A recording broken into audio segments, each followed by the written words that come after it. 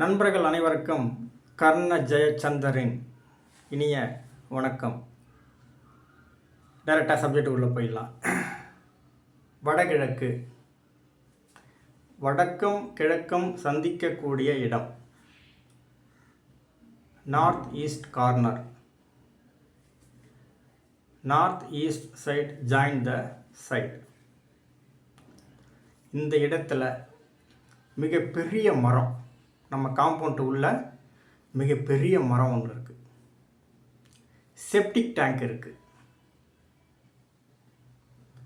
அந்த வீட்டோட கழிவுகள்லாம் ப்ளஸ் அங்கே தான் போட்டு வச்சுருக்காங்க. அந்த வீட்டில் அந்த வீடு எப்படி இருக்கும் நீங்கள் யோசனை செய்து பாருங்கள். உங்கள் முகத்தில் மனித கழிவுகளை எடுத்து வந்து உங்கள் முகத்தில் கொட்டி வைக்கிறேன். இந்த பர்த்டேலாம் அந்த கேக்கை எடுத்து மூஞ்சி மேலே அப்படி அப்புவாங்க, பார்த்துருக்கீங்களா? மூஞ்சியில் அப்படியே அமுக்கி விடுவாங்க ஃபேஸில். அந்த மாதிரி மனித கழிவுகளை எடுத்துன்னு வந்து உங்கள் முகத்தில் கொட்டி வச்சா எப்படி இருக்கும்? உங்கள் தலையில் மிகப்பெரிய பாறாங்கல்ல தூக்கி வச்சாச்சு, நீங்கள் இறக்கவே கூடாது. அப்படியே அந்த கல்லோடு தான் நீங்கள் போகணும், அந்த கல்லோடு தான் நீங்கள் நிற்கணும், இறக்கவே கூடாது. நீங்கள் அந்த மனிதனுடைய நிலைமை என்னன்றதை நீங்கள் யோசனை செய்து பாருங்கள். அதுதான் அந்த வீட்டோட தன்மை. அந்த வீட்டோட தன்மை அதுதான்.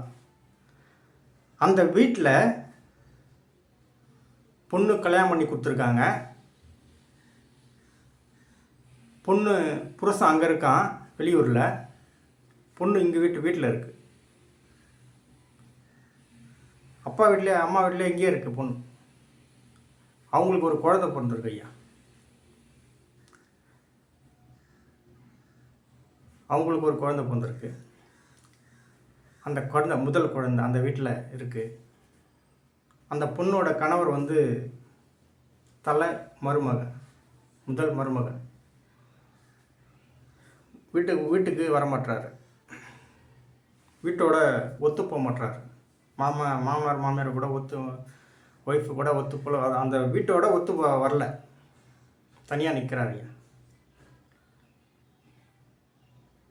அந்த குழந்தை வந்து பார்த்திங்கன்னா கொஞ்சம் மனநிலை பாதிக்கப்பட்டு பிறந்திருக்கு. குழந்தையா பொண்ணோட வாழ்க்கை முக்கியமா இல்லை அந்த மரம் முக்கியமா? உங்கள் பொண்ணோட வாழ்க்கை முக்கியமா அந்த செப்டி டேங்க் முக்கியமா? நீங்களே முடிவு பண்ணிக்கோங்க ஐயா.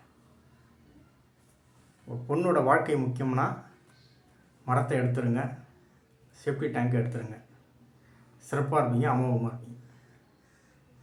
நன்றி, வணக்கம்.